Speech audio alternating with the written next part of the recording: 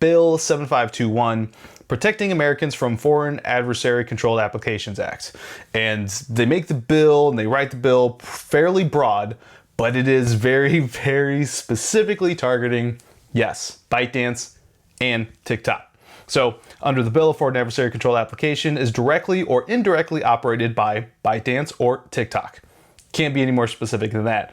But they leave it open. Or a social media company that is controlled by a foreign adversary and has been determined by the president to present a significant threat to national security. Why does the president get so much power? Well, here in the United States, we have the three branches of government: the executive, the legislative, the judicial. The president at the top of the executive branch is in charge of foreign relations and enforcing the laws of the country. So in this instance, when there's some sort of national security threat, falls under the big guy, big guns.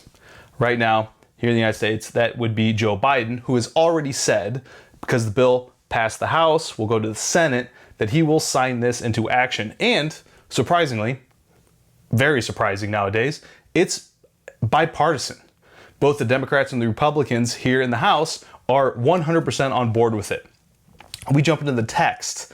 And again, it shall be unlawful for any entity to distribute, maintain, or update a foreign adversary controlled application by carrying out within the land or maritime borders of the United States any of the following: that provides services to distribute, maintain, or update such foreign adversary controlled application through which users within the land or maritime borders of the United States may access, maintain, or update such application.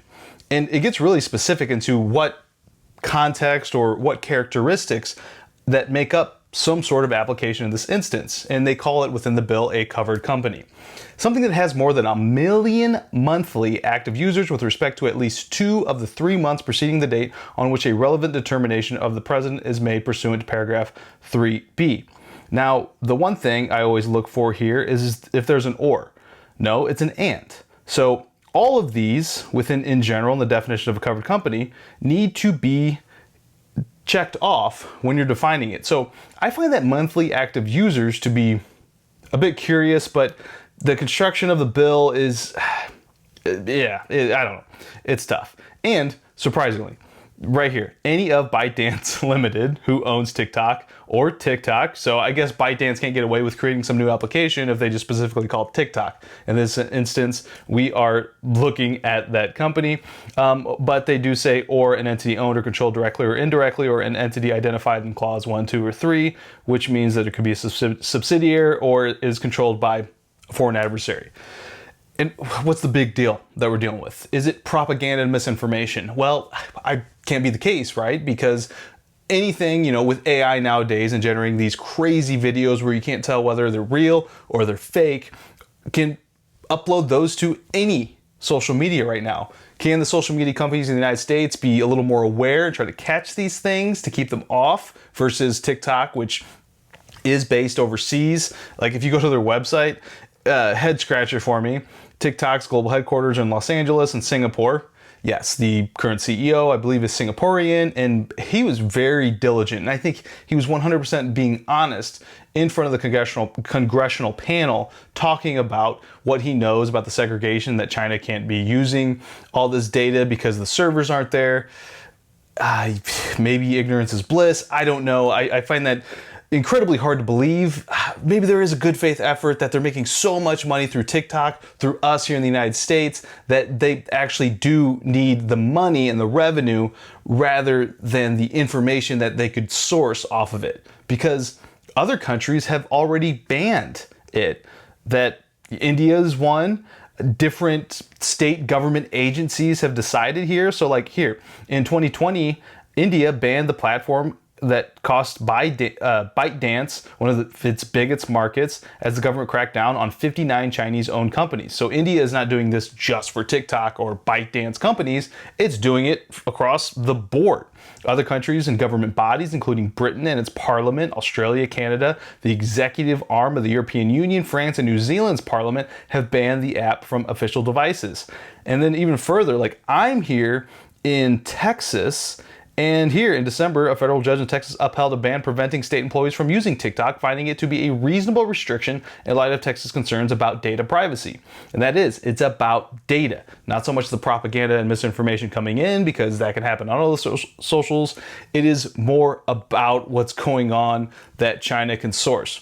Another thing, I remember that there was going to be a problem in the US military from the last I heard, still can't use DJI drones. Drones are a very useful tool because you get aerial footage, they're cheap, relatively, compared to what you would have needed in the past to get some sort of aerial information, because DJI is owned by a Chinese-owned company.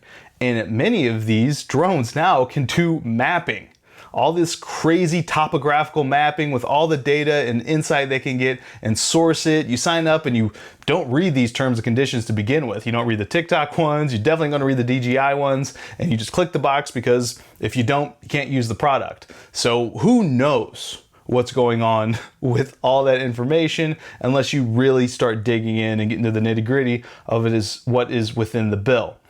And here, something that's really interesting to me. Me, with my background in intellectual property, I always try to source my information, because I think it's just the quickest, of who owns what, by looking at the trademark. So TikTok, basic brand mark. Who owns it? TikTok Limited. No big surprise. But oddly is Cayman Islands. They're being operated out of the Cayman Islands. So I was like, okay, what's ByteDance look like? Same thing. Operated out of the Cayman Islands. Seems odd. I think just a cliche in some sort of like villain financial scheme. Someone's operating out of the Cayman Islands or just in the Caribbean somewhere. And that's what we're seeing here. It just seems crazy. I really don't have a personal opinion or enough information to know what is the likelihood that China could be sourcing information from their applications.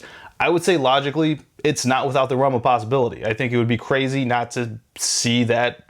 And who knows what sort of classified information the US government has to lead them to believe this, because again, it's not just us here in the United States. It is India, the biggest market that they have, over 1 billion people. And then all these different countries have at least determined that their official devices cannot carry this application. So, you know, what real effect is it going to have on us? You're going to see a major uptick in usage, I'm sure, for Instagram. I'm sure they're just licking their chops of something like this to go through. And anytime a bill is passed, you got to think of what's called the slippery slope.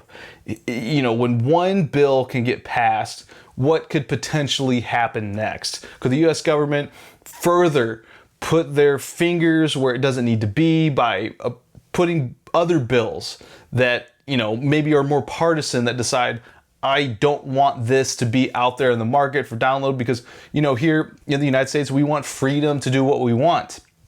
Unless there is some sort of national security threat.